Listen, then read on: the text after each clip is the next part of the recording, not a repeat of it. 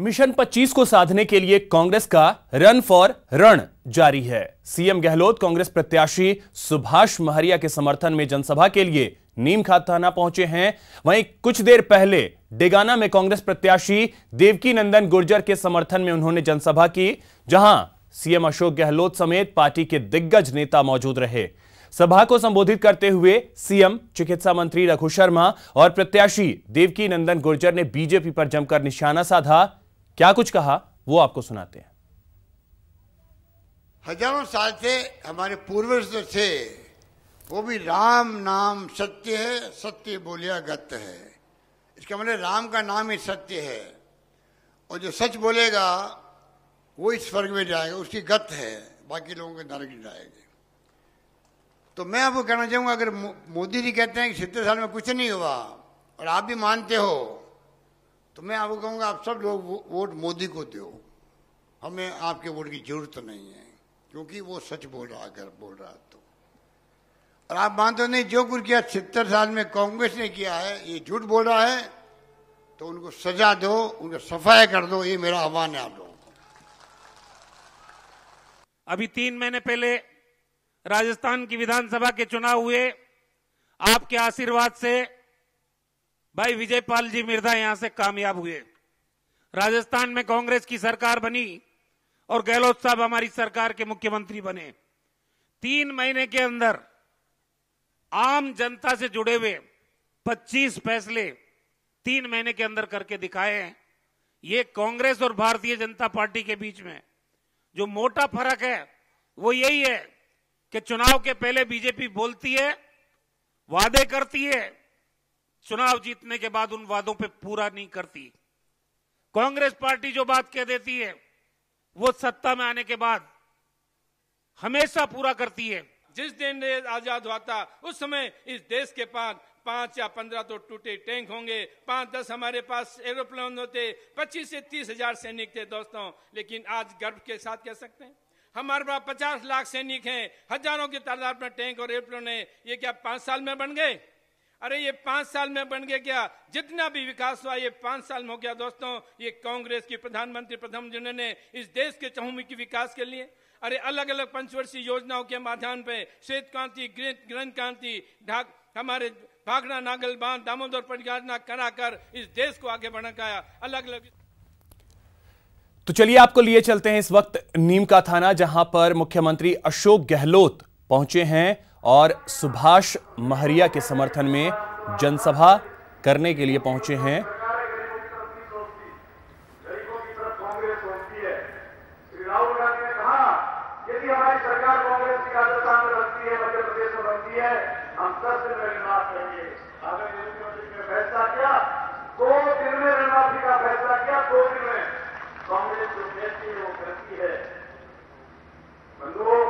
विचार करने की आवश्यकता है कि झूठ बोलने वालों को व्यक्ति समझना नहीं है या काम करके विचार करने वाले लोगों की करनी है। नौजवान भटक रहा है, किसान रो रहा है। मैं सवाल करना चाहता हूं इस मंच से, मोदी जी ईमानदार हैं, जब आपने इस बात का कि हिंदुस्तान में कितने किसानों ने आत्महत्या करने को मजबूर हुए, कहीं आगे का जवाब नहीं। किसान रो रहा है। कांग्रेस दूसरी तरफ सोचती है, उन्होंने कहा है यदि हमारी सरकार में बनी केवल प्रदेश में नहीं हिंदुस्तान के हर किसान का ऋण कांग्रेस माफ करने की घोषणा की गई है। हमने कहा है तो किया है। राहुल ने कहा। अब बात राजस्थान के महासमर में सबसे बड़ी जुबानी जंग की, जिसकी शुरुआत सीएम अशोक गहलोत ने की और जिस पर पलटवार के लिए बीजेपी ने दिल्ली में मोर्चा खोल दिया। आइए दिखाते हैं क्या है ये जुबानी जंग।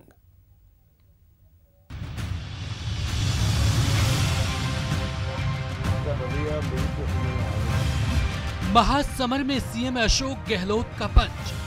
प्रधानमंत्री जी का रवैया मेरी तो समझ में आया नहीं 5 साल में। मुआवजे के ऐलान पर पीएम मोदी पर वार। प्रधानमंत्री का हेलीकॉप्टर घूमता है, उड़ता है, गुजरात की सीमा तक रहता है। राष्ट्रपति चुनाव को गुजरात चुनाव से जोड़ा। प्रेसिडेंट के नाम सियासत पर हुआ पलटवार। मौसम सियासी हो और आंधी आ जाए तो टेंट उजड़ने के साथ साथ सियासी भूचाल आ ही जाता है। कुछ ऐसा ही हुआ जब पीएम के मुआवजे के ऐलान पर तंज कसते कसते सीएम अशोक गहलोत सियासी हो गए और राष्ट्रपति रामनाथ कोविंद के चुनाव को गुजरात चुनाव से जोड़ दिया।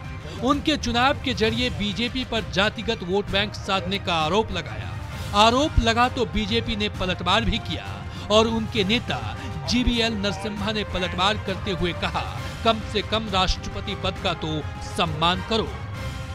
चुनाव गुजरात के आ रहे थे, वो पहले घबरा चुके थे कि हमारी सरकार गुजरात में नहीं बनने जा रही है। तो एक के बाद एक अमित शाह जी के हथकंडे सामने आए। उन्होंने सलाह दी होगी, मेरा ऐसा मानना, कि रामनाथ कोविंद जी को बनाया जाति समीकरण बैठाने के लिए, और अडवाणी साहब छूट गए। बनना अडवाणी साहब को था। उस पद का, राष्ट्रपति जी देश के सर्वोच्च पद पर हैं, उसका गौरव करना चाहिए। लेकिन आज उनको राजनीति में चुनाव के आड़ में उनके नाम को लाने की काम किया है कांग्रेस पार्टी ने। जयपुर में हुई प्रेस कॉन्फ्रेंस में सीएम गहलोत ने न सिर्फ राष्ट्रपति के चुनाव को लेकर बीजेपी की नियति पर सवाल उठाए, बल्कि मणिशंकर अय्यर के नीच वाले बयान पर भी तंज कसा और कहा कि वो टिप्पणी एक व्यक्ति की दूसरी व्यक्ति पर थी, उस पर इतनी हाई तौबा की क्या जरूरत थी। उनका ये बयान भी विवादित था, लिहाजा बीजेपी ने भी पलटवार किया और कहा, कांग्रेस की आदत रही है नफरत करने की। मणिशंकर अय्यर ने नीच कहा था और राहुल गांधी चोर कह रहे हैं। मणिशंकर अय्यर की जो टिप्पणी थी वो एक उनकी व्यक्तिगत टिप्पणी व्यक्ति के लिए थी, मोदी जी खुद के लिए थी।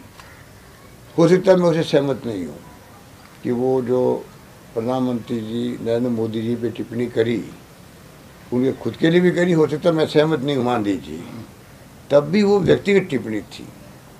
क्या उस व्यक्तिगत टिप्पणी को पूरी जाति पूरी वर्ग के बता देना, भावुक होना, गुजरात के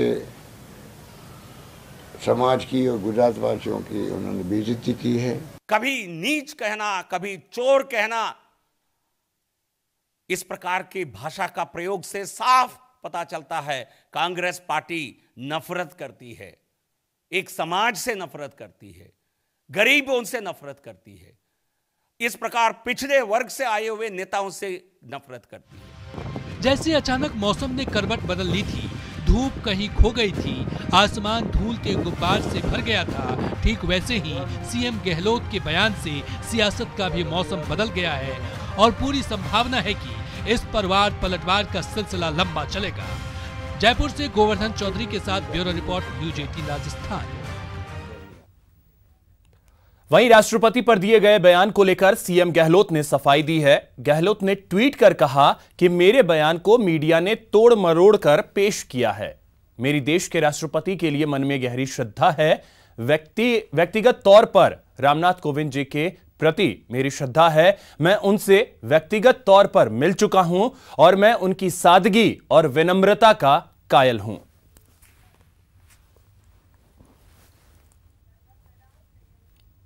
लोकसभा चुनाव 2019 के दूसरे चरण के लिए कल 13 राज्यों की 95 सीटों पर 18 अप्रैल को वोट डाले जाएंगे।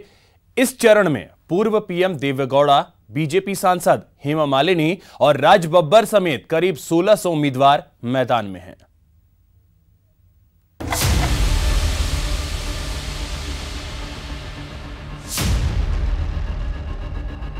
महासमर 2019 के लिए 18 अप्रैल को वोट डाले जाएंगे। दूसरे चरण में 13 राज्यों की 97 सीटों पर वोटिंग होगी, जिनमें से यूपी की 8 महत्वपूर्ण सीटें भी शामिल हैं।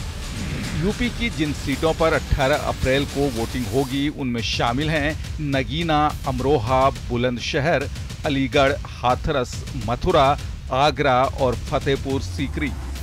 इसके अलावा बिहार की 5 सीटों पर भी इसी दिन वोट डाले जाएंगे। दूसरे चरण में छत्तीसगढ़ और पश्चिम बंगाल की 3-3 सीटों, साथ ही ओडिशा और असम की 5-5 सीटें, कर्नाटक की 14 और महाराष्ट्र की 10 सीटों पर भी वोट डाले जाएंगे। दूसरे चरण में चुनाव वाली 97 सीटों पर कुल 1635 उम्मीदवार चुनावी मैदान में हैं। आपको बता दें कि दूसरे चरण में जिन दिग्गज उम्मीदवारों की किस्मत दांव पर है उनमें शामिल हैं पूर्व प्रधानमंत्री HD देवेगौड़ा, यूपी की मथुरा सीट से बीजेपी की हेमा मालिनी, महाराष्ट्र के पूर्व मुख्यमंत्री अशोक चौहान, यूपी कांग्रेस के अध्यक्ष राज बब्बर और डीएमके नेता कनिमोई। आपको बता दें कि पहले चरण में 11 अप्रैल को हुए चुनाव में 20 राज्यों की 91 सीटों पर मतदान हो चुका है। लोकसभा चुनाव 7 चरणों में संपन्न होगा, जबकि 23 मई को परिणाम आएंगे। Bureau report, news 18 network. Mission 25 को साधने के लिए जयपुर पीसीसी में कांग्रेस ने वॉर रूम तैयार किया है, जिसकी कमान प्रदेश प्रभारी अविनाश पांडे ने संभाल रखी है। न्यूज 18 राजस्थान से बातचीत में अविनाश पांडे ने बताया कि वॉर रूम पूरे चुनाव तक काम करेगा और चुनावी अभियान की रणनीति और प्रचार के समन्वय पर नजर रखेगा। पांडे ने कहा कि विधानसभा चुनाव में भी यहीं से रणनीति बनी थी और पार्टी ने जीत हासिल की थी। कांग्रेस ने लोकसभा चुनाव को देखते हुए अपना 24 घंटे चलने वाला वॉर रूम शुरू कर दिया है। वॉर रूम की जिम्मेदारी प्रदेश प्रभारी अविनाश पांडे ने संभाल रखी है। अविनाश पांडे हमारे साथ मौजूद हैं।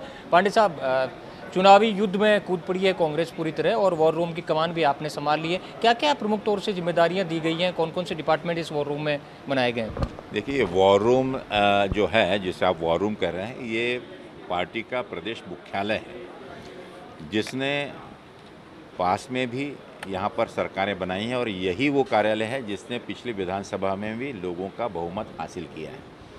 विशेष रूप से इस बार हमने इसको थोड़ा सुनियोजित तरीके से और ज़्यादा स्पष्टता के साथ में अलग अलग जो जिम्मेदारियां हैं उसका निर्वाह करने के लिए जो यहाँ का हमारा शीर्ष नेतृत्व है और यहाँ के जो हमारे नेतागण हैं उनको सही तरीके से करने के लिए ये व्यवस्था की है। विधानसभा चुनाव के दौरान दिल्ली के नेताओं ने यहाँ आकर के वॉर रूम को टेक ओवर किया था। क्या इस बार भी दिल्ली के नेता आएंगे या आप ही सब कुछ सारा होल एंड सोल संभालेंगे? दिल्ली के जो भी नेता थे, ये प्रदेश का मुख्यालय है, यहाँ पर भेंट के लिए आते हैं, कार्यकर्ताओं के हौसला अफजाई के लिए आते हैं। काम यहाँ के स्थानिक नेता ही करते हैं, यहाँ के ही कार्यकर्ता करते हैं। जो कैंपेन है उसमें स्टार प्रचारक भी बना दिए हैं। कब स्टार प्रचारकों के दौरे शुरू होंगे? राहुल गांधी जी और प्रियंका गांधी के दौरों के भी काफ़ी डिमांड आ रही है। क्या प्लान है आगे प्रचार का? माननीय राहुल जी 23 तारीख को बांसवाड़ा लोकसभा क्षेत्र में आ रहे हैं और उसके बाद में फिर हो सकता है कि 2-1 दिन के बाद में फिर उनकी तारीख निश्चित हो। जगह जहाँ पर वो जाएंगे, एक लक्ष्य है कि पूरे प्रदेश के अंदर में ज़्यादा से ज़्यादा हम उनकी पब्लिक मीटिंग करवा सकें, क्योंकि वो पूरे देश में प्रचार के लिए घूम रहे हैं, तो ज़्यादा से ज़्यादा समय राजस्थान के लिए मिले, ये हमारी कोशिश है। पहली मीटिंग अभी जो अगली मीटिंग जो है वो 23 तारीख को बांसवाड़ा में हम करेंगे। मूल मुद्दों पर चुनाव लड़ा जाना चाहिए। यहाँ कांग्रेस के वॉर रूम में इन्हीं मूल मुद्दों पर और बीजेपी को जवाब देने की रणनीति तैयार की जा रही है। अब देखना होगा कांग्रेस को कितना समर्थन मिल पाता है, ये चुनाव परिणाम तय करेंगे। कैमरा पर्सन दिलीप परमार के साथ गोवर्धन चौधरी, न्यूज 18 राजस्थान। केंद्रीय मंत्री कर्नल राज्यवर्धन सिंह राठौर ने फुलेरा में आंधी तूफान से फसलों के नुकसान का जायजा लिया। यहां वो किसानों से मिले। उन्होंने कहा कि केंद्र सरकार को किसानों की इस समस्या से अवगत कराएंगे। अब जिस तरह से आपने ये सब देखा कि इन्होंने पूरी तरह से कोशिश करी कि बारिश का कम से कम नुकसान, कम से कम पानी अंदर जाए, लेकिन फिर भी पानी अंदर चला ही जाएगा और उससे जो इसके दाने हैं वो सारे खराब हो जाएंगे, पूरे भीग जाएंगे, काले हो जाएंगे, सड़ जाएंगे। बड़ा भारी नुकसान हुआ है पूरे के पूरे जयपुर ग्रामीण के अंदर। मैं यही केंद्र सरकार को तो ये रिपोर्ट भेजेंगे ही। यहाँ पे जो राजस्थान की सरकार है, गहलोत साहब की सरकार है, उनको खबर करेंगे कि इसके ऊपर तुरंत जायजा लिया जाए। अपनी तरफ से कदम उठा रहे हैं, मंडियों को पास ला रहे हैं, मंडियों को बड़ा कर रहे हैं, मौसम की जानकारी मोबाइल फ़ोन के ऊपर निकलवा रहे हैं ताकि किसानों को ज़्यादा से ज़्यादा सहूलियत मिल सके। और ये बदलते मौसम के लिए भी इनके पास लंबे समय के लिए ये बीमा योजना का भी प्रबंध करा जा रहा है।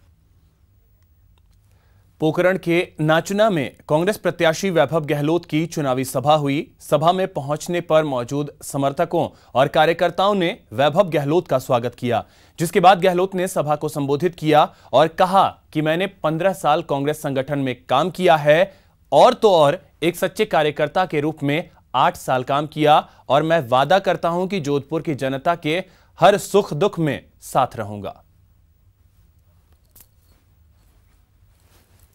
पिछले कांग्रेस की सरकार थी जब 2008 से 13 तक, तब भी वो जो योजनाएं थी जिनको भाजपा की सरकार आई और ठंडे बस्ते में डाल दिया, चाहे वो निःशुल्क दवा योजना है।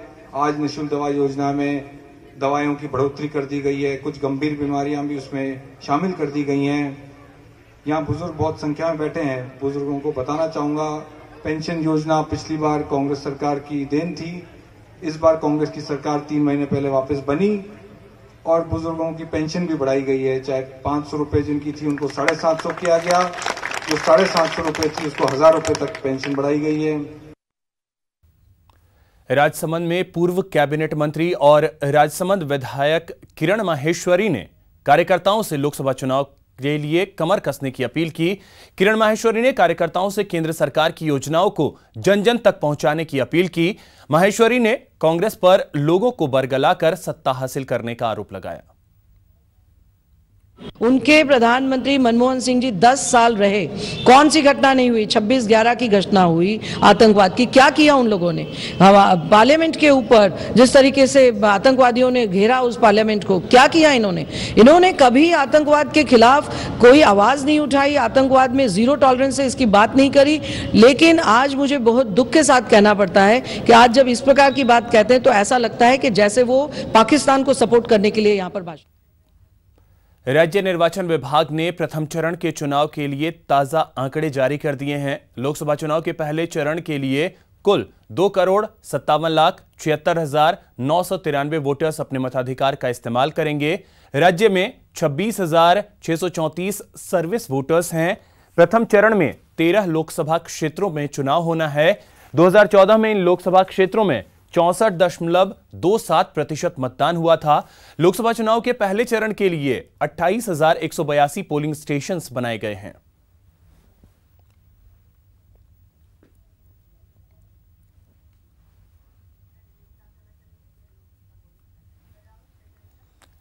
चलिए इस वक्त सीधे आपको नीम का थाना लिए चलते हैं। मुख्यमंत्री अशोक गहलोत जनसभा को संबोधित कर रहे हैं।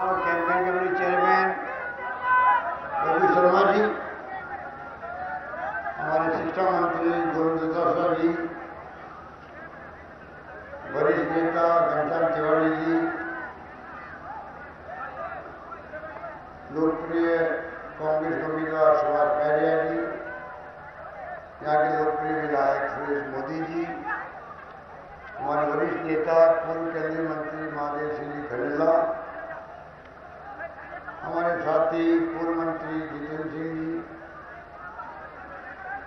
दीपेंद्र सिंह जी शेखावत, वीरेंद्र सिंह जी, पीएच जाटता, भगवान साहब सैनी, नंदकिशोर जी महरिया, श्रीमती शिक्को देवी जी सैनी, त्रिलोक दीवान जी, कांता प्रसाद जी शर्मा, बाबूराम जी यादव, मदन लाल जी सैनी, श्रीमती पूनम कंवर, सुभाष मीर जी, सीताराम जी अग्रवाल, अंतिश मोदी जी, श्रीमती मंजू सैनी जी, दौलतराम जी गोयल, सुरेश यादव जी और तमाम उपस्थित नेतागण, उपस्थित बुजुर्गों, भाइयों और बहनों, नौजवान साथियों, मुझे खुशी है कि आज नीमगथानी आने का सौभाग्य मिला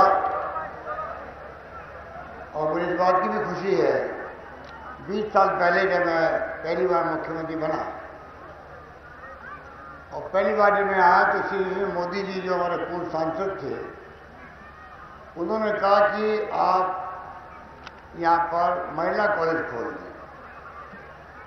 महिला कॉलेज और कॉलेज खुलती नहीं थी उस जमाने के अंदर, पर वो इतने हमारे वरिष्ठ नेता भी थे, उनकी भावना थी कि मैं पूरी बिल्डिंग बनाऊंगा।